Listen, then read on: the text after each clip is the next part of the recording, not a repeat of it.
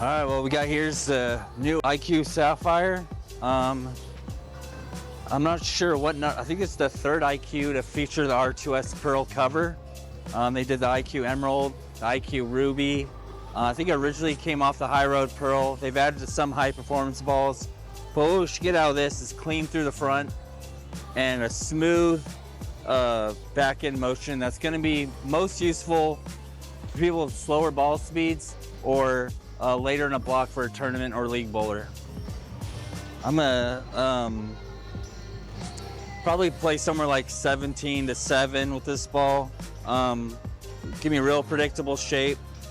Might be too early on something this fresh, but we'll give it a shot.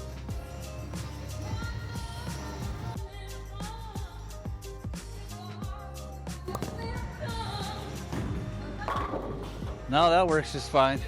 Huh? So I'm gonna try to throw another one there, grab that one a little bit. It's a little break.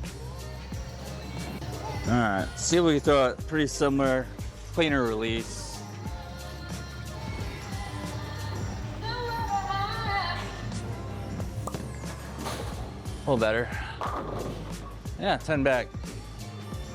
So that, I don't want to say it's a direct copy of the IQ Ruby, but that gives me fond memories of the red IQ Ruby. The Emerald was a little earlier for me, which was nice. You could use it earlier in the day. This is gonna be later in the day for me. Of course, you can use it during league.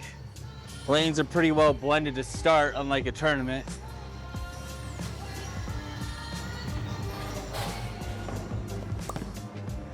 Probably, uh-oh.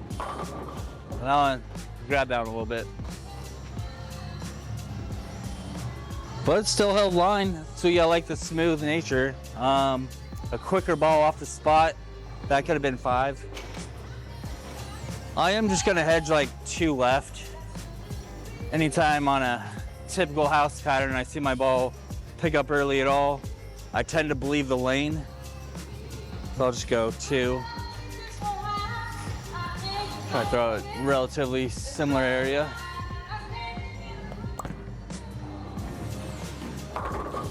All right, maybe another 2. This might be a good outshot ball. At least for me, being a not high rev bowler, but every house shot I bowl on, I do have to stand left of 15, left of 20. I'm gonna move another 1.5, 2 here. Breakpoint around 7. Just moving with my feet. That's clean. Ugh. All right, so I move left, threw it right. Move left, throw it right.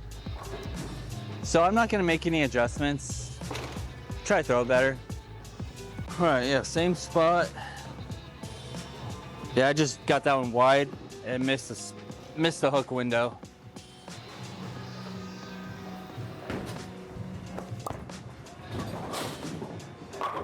There we go. Dang, I even got that one like a board or 2 in. Still finished. I did mess with the cover a little bit. This comes out of box, really polished. I've never had success with factory polish, so I just took a 2000 pad just to knock it off, just to get it to read a little bit earlier for me. My eyes don't like it going forever. Oh, I grabbed the crap out of that. All right. So this ball's forgiving the release, which for me is everything. Like, people love urethane because you can just rip on it 6 different ways and you get the same smooth result at the end. And this ball I've released different every single shot. And outside the one I almost threw in the gutter, they've all looked relatively the same, which is what you want to see from a bowling ball. Oh, see, I threw that bad. Fast feet. So, yeah, that's fast feet. All right, do the same thing. I'm gonna move up on the approach, slow my feet down.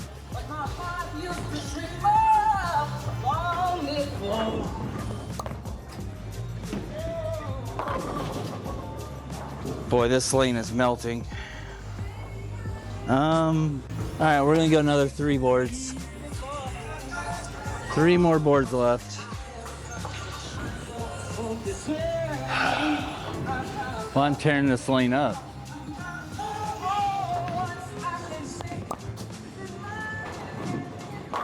Oh, there we go. Yeah, built a little spot. You get left, bounce it off of. This is more where I thought I was gonna need it.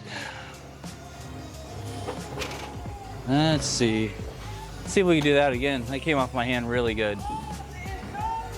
Can I throw it same way twice?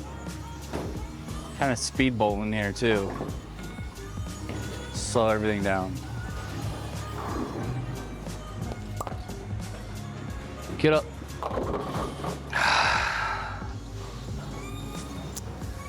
All right. I missed the window, the hook window there. I probably want just a little more ball on this much volume. Go over under now.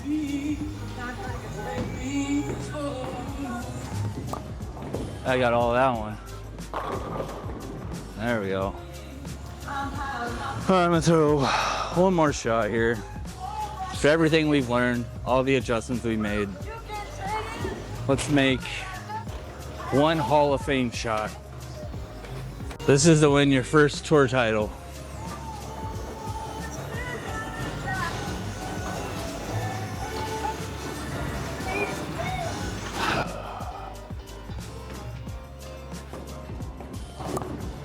Got a chance. Oh.